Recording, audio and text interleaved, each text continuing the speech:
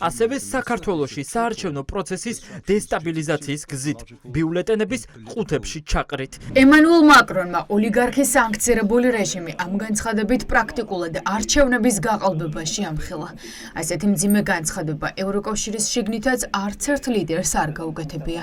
პრეზიდენტი მაკრონი ღიად ალაპარაკდა რუსეთის ჩარევაზე საპარლამენტო არჩევნებში და პრაქტიკულად ოლიგარქს უთხრა, რომ ძალაუფლებას პუტინის დახმარებით ინარჩუნებს. რაც არ თქვა მაკრონმა, უფრო მეტი თქვა საფრანგეთის ელჩმა. დიპლომატი ამბობს, რომ საფრანგეთის პრეზიდენტისთვის კრიზისიდან გამოსავალი ახალი არჩევნებია.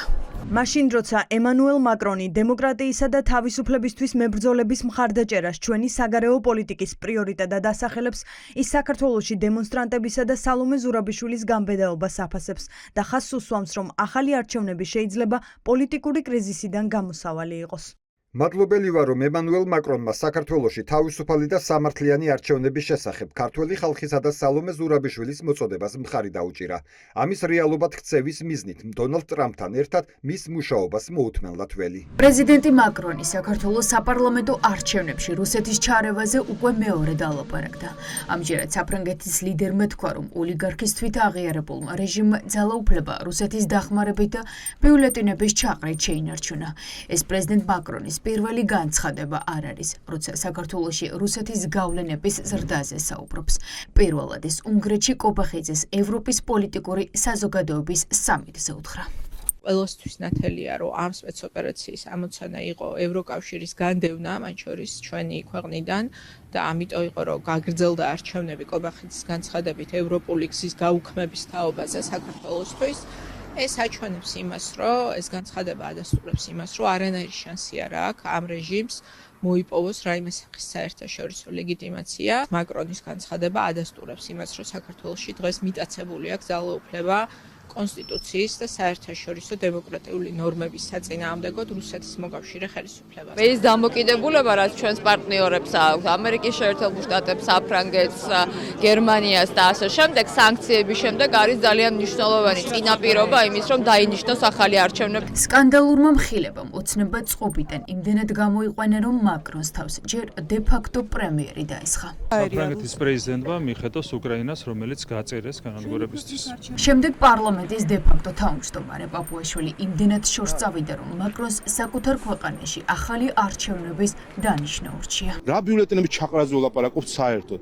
აი როგორ შეიძლება, რომ ასეთი დონის მართლაც და ცრუ ნარატივი პრეზიდენტის ატომური იარაღის მქონე სახელმწიფოს პრეზიდენტის სასაუბრო პუნქტებში ადიოდეს. უშინ პრეზიდენტ მაკრონის განცხადება ეყრდნობოდა აბსოლუტურად მისი ორივე პუნქტი, რუსული ჩარევა, ბიულეტენების ჩაყრა ეყრდნობოდა ცრუ ნარატივს. არჩევნების გაყალბებით ევროინტეგრაციის შეჩერებით და მშვიდობიანი მოქალაქეების სასტიკად ცემით ოცნებამ დასავლეთთან ურთიერთობის ყველა წითელი ხაზი გადაკვეთა.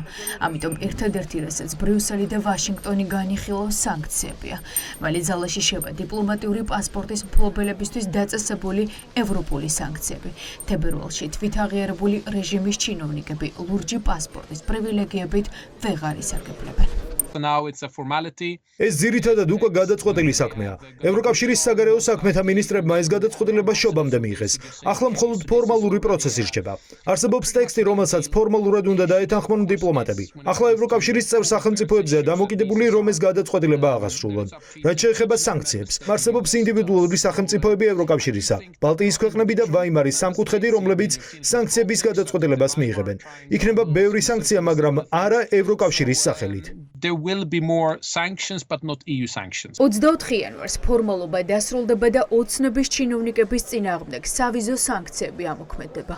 ევროკავშირის 25 ქვეყანა დიპლომატიური პასპორტის მქონე პირებს სანქციებს დაუწესებს, რაც ნიშნავს იმას, რომ საქართველოს მოქალაქეები ევროკავშირში უვიზოდებლიან, ოცნების ლიდერები კი პრივილეგიებს დაამშვიდობებიან. ეს კი სანქცირებული ოლიგარქის რუსული თამაშის შედეგია.